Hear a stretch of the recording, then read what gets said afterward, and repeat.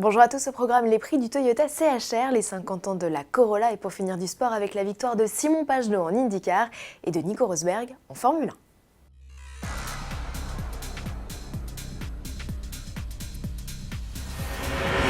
C'est parti pour le CHR, le nouveau SUV de Toyota, concurrent de Nissan Qashqai et Kia Niro, ouvre son carnet de commandes.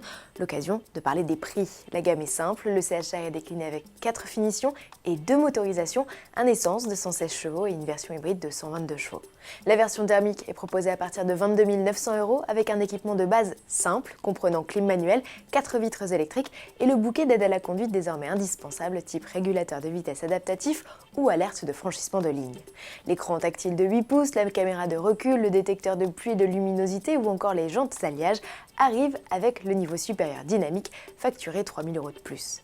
Dès ce niveau de finition, le CHR peut également recevoir une transmission intégrale et une boîte de vitesse CVT. Tarif 27 400 €. Quant à la version hybride, elle est proposée à 28 500 € avec un bonus écologique de 750 € non déduit. À titre comparatif, le Niro est plus puissant et aussi plus abordable en entrée de gamme, mais sa version chic est plus coûteuse.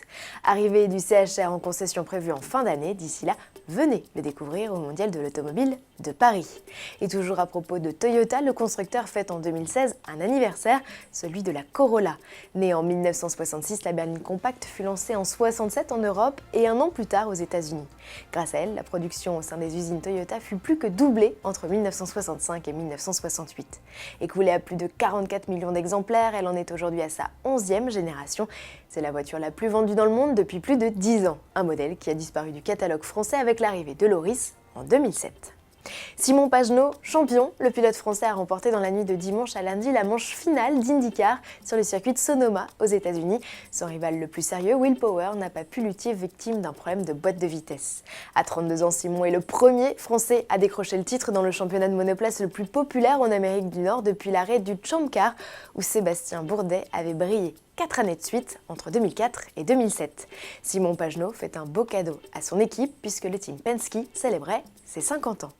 Du côté de Singapour, c'est Nico Rosberg qui remporte la mise grâce à sa victoire, la première pour un non-champion du monde depuis l'inscription de l'épreuve au calendrier. Il reprend la tête du championnat des pilotes. Il a désormais 8 points d'avance sur Lewis Hamilton, 3e de ce Grand Prix. Daniel Ricciardo complète le podium en prenant la 2e place. Prochain rendez-vous avec la F1 le 2 octobre en Malaisie. À demain.